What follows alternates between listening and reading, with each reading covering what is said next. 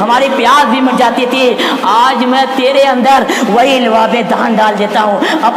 اپنی وہی زبان جس کو نبی کریم صلی اللہ تعالیٰ علیہ وسلم کی زبان ملی ہے, وہی تیرے لعاب تیرے دہن میں رکھ دیتا ہوں. علی اکبر نے جب اپنے والد محترم امام حسین علیہ السلام کا لعاب دہن چوسا ہے, آپ کی زبان مبارک چوسی ہے تو تازہ دم ہو جاتے ہیں, لیکن وہ اپنے والد محترم سے کہتے ہیں ابا جان ذرا میرے سینے میں جو نیزہ پیوست ہو چکا ہے اگر آپ اس کو نکال دیں گے تو میں ایک مرتبہ پھر میدان کربلا میں صبر استقامت کے ساتھ کھڑا ہو جاؤں گا اور یزیدیوں کے سامنے پہاڑ جیسا بن کر ان کا مظاہرہ کروں گا. امام حسین علیہ السلام اپنی پوری طاقت لگا کر اس نیزے کو ان کے سینے سے نکالنا چاہتے ہیں, لیکن نیزہ کیسا نیزہ تھا, جب نیزے کو باہر نکالا جاتا ہے تو تاریخ میں آتا ہے کہ امام حسین علیہ السلام نے دیکھا جب نیزہ کھینچا گیا ہے تو اس وقت نیزے میں نبی کریم صلی اللہ تعالیٰ علیہ وسلم کے نواسے حضرت علی اکبر کا دل کا ٹکڑا نیزے کی نوک میں چپتا ہوا باہر نکل آتا ہے.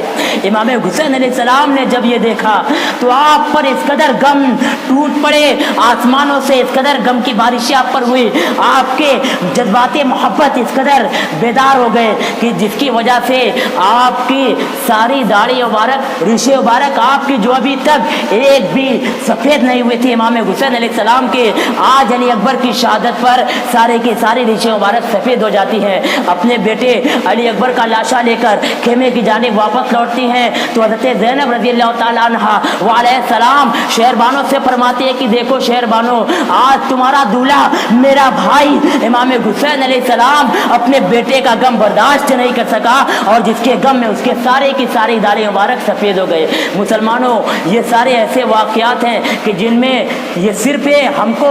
یہ نہیں دیکھنا ہے کہ یہ واقعات ہو چکے ہیں, ان سے ہم کو کیا ازواق ملتی ہے, کیا نصیحتیں ملتی ہیں, ہم کو ان پر بھی غور کرنا چاہیے. ان لوگوں نے جو اپنی شہادت اللہ کی بارگاہ میں پیش کی ہے مقصد بس ایک تھا کہ ہم اللہ کے قرآن کو بچانے کے لیے اپنے سر کو کٹا رہے ہیں, نمازوں کو بچانے کے لیے اپنے سر کو کٹا رہے ہیں, شریعت مصطفی کو بچانے کے لیے اپنے سر کو کٹا رہے ہیں, اور اذان کو, مسجدوں کو, محرابوں کو بچانے کے لیے, خدا کی دیگر عبادتوں کو بچانے کے لیے ہم اپنے سر کو کٹا رہے ہیں, اور اپنا ہی نہیں بلکہ اپنے بچوں کا بھی سر کٹا رہے ہیں. بس میں انہیں چند کلمات کے ساتھ اپنی جگہ لینا چاہتا ہوں. السلام علیکم ورحمۃ اللہ وبرکاتہ.